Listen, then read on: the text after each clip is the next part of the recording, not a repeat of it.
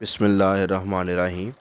आज हमारा टॉपिक है metallic and non metallic character. तो हम सबसे पहले डिफ़ाइन करते हैं मेटालिक करैक्टर जो है, it is tendency to lose electron. Electron देने की जो सलाहियत है, इसको हम कहते हैं मेटालिक करैक्टर। और नॉन मेटालिक करैक्टर जो है वो है tendency to gain electron, electron लेने की टेंडेंसी।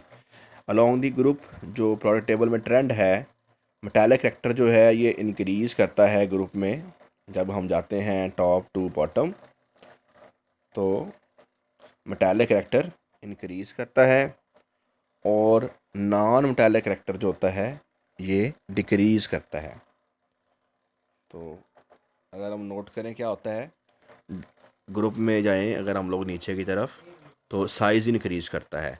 साइज़ इंक्रीज़ करने का मतलब है कि जो वैलेंस इलेक्ट्रॉन्स हैं become more away from nucleus, nucleus से दूर चले जाते हैं। Due to which nuclear charge decrease, उस वजह से क्या होगा, न्यूक्लियर चार्ज जो है वो कम हो जाएगा, न्यूक्लियर चार्ज की जो फोर्स लग रही है वो कम हो जाएगी, और मेटालिक करैक्टर जो है वो इंक्रीज़ हो जाएगा। जबकि जो नॉन मेटालिक करैक्टर है, डाउन दी ग्रुप जो है वो डिक्रीज़ होता है। फॉर एग्ज़ाम्पल, फर्स्ट ग्रुप जो है हमारे पास अल्कली मेटल्स हैं, lithium, sodium, potassium, rubidium, caesium और फ्रांसियम। तो सबसे जो छोटा इसमें एलिमेंट है, एटम है, वो है लिथियम। साइज़ के लिहाज से इसके अंदर जो है वो 2 शेल होते हैं। फिर सोडियम में 3 शेल हैं, उससे बड़ा है। पोटाशियम में 4 शेल हैं, उससे बड़ा है। रुबिडियम में 5 शेल हैं, उससे बड़ा है। सीज़ियम में 6 शेल होते हैं, उससे बड़ा है। और फ्रांसियम में 7 शेल होते हैं, ये सबसे बड़ा है। तो जो मेटालिक करैक्टर है वो डाउन दी ग्रुप बढ़ता है।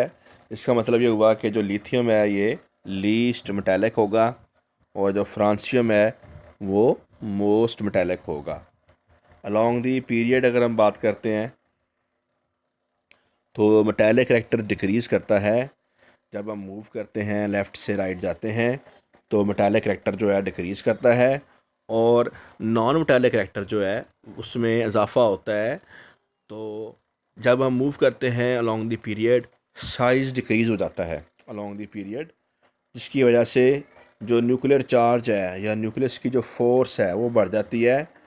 तो tendency to gain electron increase, electron लेने की टेंडेंसी में इजाफा होता है।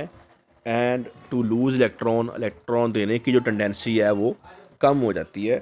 फॉर एग्ज़ाम्पल, थर्ड पीरियड में sodium, magnesium, aluminium, silicon, phosphorus, sulphur और क्लोरीन है। तो सोडियम जो है ये मेटल है, मैग्नीशियम मेटल है, एलुमिनियम मेटल है, सिलिकॉन जो है ये सेमी मेटल है, और उसके बाद फास्फोरस, सल्फ़र और क्लोरीन नॉन मेटल्स हैं। तो इसका मतलब ये हुआ कि जब हम पीरियड में मूव करते हैं, तो क्या होता है, मेटालिक करैक्टर डिक्रीज़ कर रहा है और नॉन मेटालिक करैक्टर इंक्रीज़ कर रहा है। तो ऑक्साइड्स जो होते हैं ये कंपाउंड होते हैं जो कोई भी एलिमेंट जो है ऑक्सीजन के साथ बनाता है मोस्टली, यानी कि कोई भी एलिमेंट है जब वो ऑक्सीजन से कंपाउंड बनाएगा तो उससे हम कहेंगे कि ये उसका ऑक्साइड है।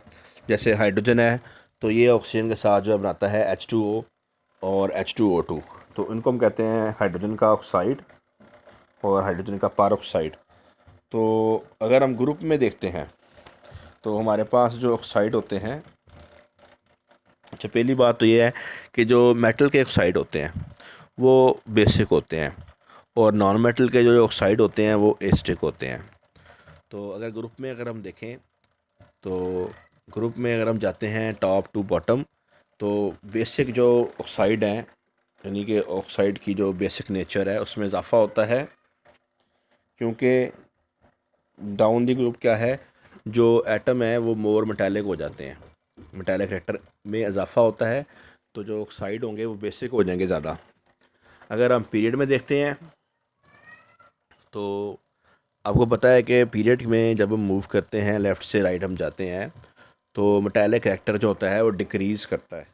तो ऐसे ही जो है, जो नेचर है ऑक्साइड्स की, जो बेसिक नेचर है वो कम होती जाएगी और जो एसिडिक नेचर है ऑक्साइड्स की वो बढ़ती जाएगी, क्योंकि पीरियड के अंदर क्या है, साइज़ डिक्रीज़ कर रहा है, साइज़ डिक्रीज़ कर रहा है और इलेक्ट्रॉन देने की सलाहियत कम होती जा रही है।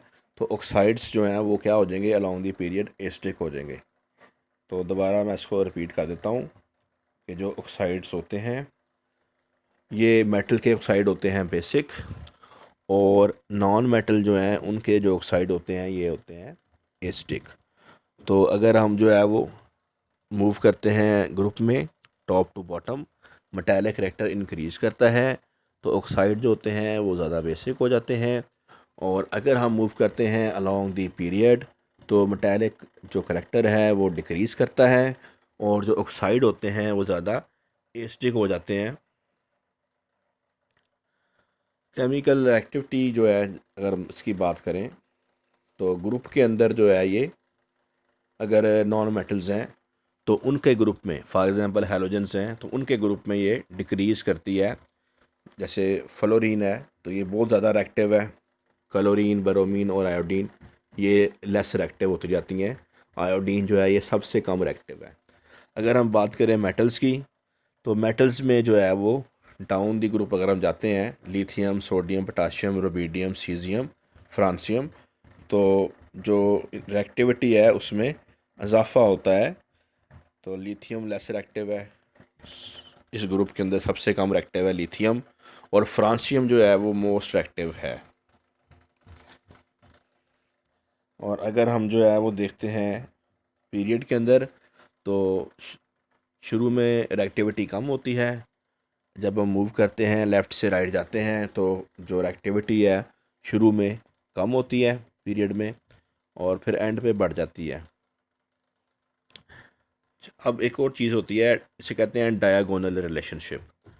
तो ये जो सेकंड ग्रुप के एलिमेंट्स होते हैं, सेकंड ग्रुप वाले, जैसे लिथियम है, बेरिलियम है, बोरोन है, ठीक है, ये इनका जो लिंक होता है वो थर्ड पीरियड के साथ जो एलिमेंट होते हैं, ठीक है, डायगोनल जो है डायगोनली जो होते हैं उनके साथ इनका रिलेशनशिप या इनकी प्रॉपर्टीज़ मैच करती हैं।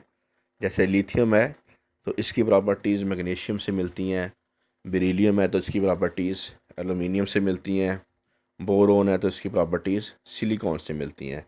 तो सेकंड पीरियड के ग्रुप्स के मेंबर्स जो होते हैं इनकी प्रॉपर्टीज़ थर्ड पीरियड में जो मेंबर्स हैं उनके साथ डायगोनली जो है वो जो है उनमें रिलेशन होता है, सिमिलर होती हैं, तो उसे कहते हैं डायगोनल रिलेशनशिप।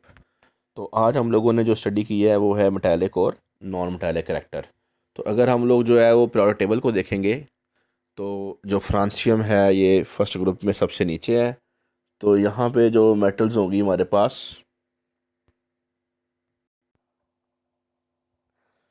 जो पीरियोडिक टेबल के अंदर ग्रुप 1 से लेके 12 है, तो ये मेटल्स हैं मोस्टली, इसमें मतलब कोई नॉन मेटल्स नहीं है सिवाय हाइड्रोजन के। आपको पता है कि हाइड्रोजन जो है ये नॉन मेटल है, गैस है। तो ग्रुप 13 से लेके ग्रुप 18 तक जो है इसमें नॉन मेटल्स भी हैं, मेटलाइड्स भी हैं और मेटल्स भी होती हैं। तो मेटलाइड्स कौन से होते हैं, ये ऐसे एलिमेंट्स होते हैं जिनकी प्रॉपर्टीज़ मेटल और नॉन मेटल दोनों से मैच करती हैं। जैसे बोरोन है, सिलिकॉन है हमारे पास एग्जांपल्स में। मेटल्स की प्रॉपर्टीज़ जो हैं वो क्या होती हैं, ये मेलिएबल होती हैं, डक्टाइल होती हैं, हम लोग इनकी शीट्स और वायर्स बना सकते हैं। ये गुड कंडक्टर्स होती हैं हीट और इलेक्ट्रिसिटी की। आमतौर पे इनमें 1 से लेके 3 वैलेंस इलेक्ट्रॉन होते हैं और इनके अंदर जो है वो जो इलेक्ट्रॉन्स होते हैं वो आउटर मोस्ट शेल जो होता है या तो उसके बराबर होते हैं या उससे कम होते हैं, यानी इलेक्ट्रॉन्स की तादाद थोड़ी होती है। तो मोस्टली ये सॉलिड फॉर्म में मिलती हैं मेटल्स जो होती हैं। नॉन मेटल्स जो होती हैं ये सॉलिड फॉर्म में भी हो सकती हैं, लिक्विड फॉर्म में भी हो सकती हैं या गैस की फॉर्म में भी हो सकती हैं। नॉन मेटल्स जो हैं आमतौर पे ब्रिटल होती हैं। ब्रिटल का मतलब है कि ये प्रेस करने पे, प्रेशर अप्लाई करने पे टूट जाती हैं। They are non conductors, heat और इलेक्ट्रिसिटी की ये पूरे कंडक्टर होती हैं आमतौर पे। ग्रेफाइट के अलावा, ग्रेफाइट के बारे में पता है आपको कि ये गुड कंडक्टर है ऑफ इलेक्ट्रिसिटी। और 4 से 8 इनमें वेलेंस इलेक्ट्रॉन होते हैं। तो मेटल्स में होते हैं 1 से 3 इलेक्ट्रॉन मोस्टली। नॉन मेटल्स में जो है वो 4 से 8 इलेक्ट्रॉन होते हैं आम तौर पे। तो वेरिएशन हमने देख लिया है, down the group metallic character बढ़ता है। क्यों? क्योंकि आयनाइजेशन एनर्जी डिक्रीज़ हो जाती है। ठीक है, साइज़ बड़ा हो जाता है और साइज़ बड़ा होने से आयनाइजेशन एनर्जी डिक्रीज़ हो जाती है, तो इलेक्ट्रॉन को लूज़ करना ईजी हो जाता है डाउन दी ग्रुप। पीरियड में क्या होता है कि पीरियड के अंदर जो है मेटालिक करेक्टर जो होता है वो कम हो जाता है। उसकी वजह यह है कि साइज़ छोटा हो जाता है, आयोनाइजेशन एनर्जी में इजाफा हो जाता है, तो इलेक्ट्रॉन निकाल देने की बजाय इलेक्ट्रॉन लेने की टेंडेंसी बढ़ती है, मेटालिक करेक्टर कम हो जाता है। अगर हम बात करें नॉन मेटालिक करेक्टर की, तो नॉन मेटालिक करेक्टर जो होता है ये डाउन दी ग्रुप जो है डिक्रीज़ होता है। क्यों? उसकी वजह क्या है? उसकी वजह यह है कि डाउन दी ग्रुप जो है वो साइज़ में इजाफा हो रहा है, इलेक्ट्रॉन अफिनिटी कम हो रही है, इलेक्ट्रॉन लेने की सलाहियत कम हो रही है, तो साइज़ बड़ा होने की वजह से। अगर हम पीरियड में बात करते हैं तो नॉन मेटालिक करेक्टर जो है इसमें इजाफा होता है, क्योंकि जब हम लेफ़्ट से राइट जाते हैं तो इलेक्ट्रॉन अफिनिटी बढ़ती है, इलेक्ट्रॉन लेने की सलाहियत जो है वो बढ़ती है, तो इस वजह से जो है वो एटॉमिक साइज़ जो है वो डिक्रीज़ हो रहा होता है, ये इसकी वजह है। तो अगर हम लोग जो है वो समराइज़ कर लें कि मेटालिक करेक्टर जो है वो उसको देखें हम लोग, तो मेटालिक करेक्टर जो है वो हमारे पास जो है वो इस हिस्से में ज़्यादा है। ये जो नीचे वाला हिस्सा है यहाँ पे मेटालिक करेक्टर सबसे ज़्यादा है। इसमें सीज़ियम है, फ्रांसियम है, बेरियम, रेडियम वगैरह ये मेटल्स हैं ग्रुप 1A और 2A की। तो ये 1A से लेके ये जो 12 ग्रुप तक है ये सारी मेटल्स हैं। ये मेटल्स हैं। और ये 13 से लेके जो 18 तक है नीचे ये वाली जो है ये मेटल्स हैं। ये दरमियान में क्या है? Semi metals. और एंड पे जो है वो नॉन मेटल्स आती हैं। तो जो मेटालिक करेक्टर है वो इस तरफ को यानी कि बढ़ रहा है, और नॉन मेटालिक करेक्टर जो है वो इस तरफ को बढ़ रहा है। बाकी ट्रेंड हमने देखे हुए हैं कि एटॉमिक रेडियस का क्या ट्रेंड है, एफिनिटी का क्या ट्रेंड है, आयोनाइजेशन एनर्जी का, और मतलब ये सारे ट्रेंड्स हमारे जो हैं यहाँ पे ऑलमोस्ट कंप्लीट हो गए हैं। तो आज हमने क्या देखा है कि जो मेटालिक करेक्टर है वो उसका ट्रेंड क्या है, और नॉन मेटालिक करेक्टर जो है उसका क्या ट्रेंड है। तो इस लिहाज से जो फ्लोरीन है वो तकरीबन यहाँ पे होता है। तो फ्लोरीन को हम कहते हैं कि ये मोस्ट जो है वो सबसे ज़्यादा जो है वो नॉन मेटालिक इन नेचर है। और इस साइड पे जो है वो हमारे पास होता है फ्रांसियम फर्स्ट ग्रुप के एंड पे। तो उसे हम कहते हैं कि ये मोस्ट मेटालिक इन नेचर है, दोनों बहुत ज़्यादा एक्टिव है।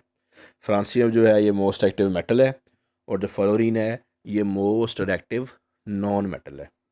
तो आज के लिए इतना ही। आप लोगों का बहुत शुक्रिया। अल्लाह हाफिज़।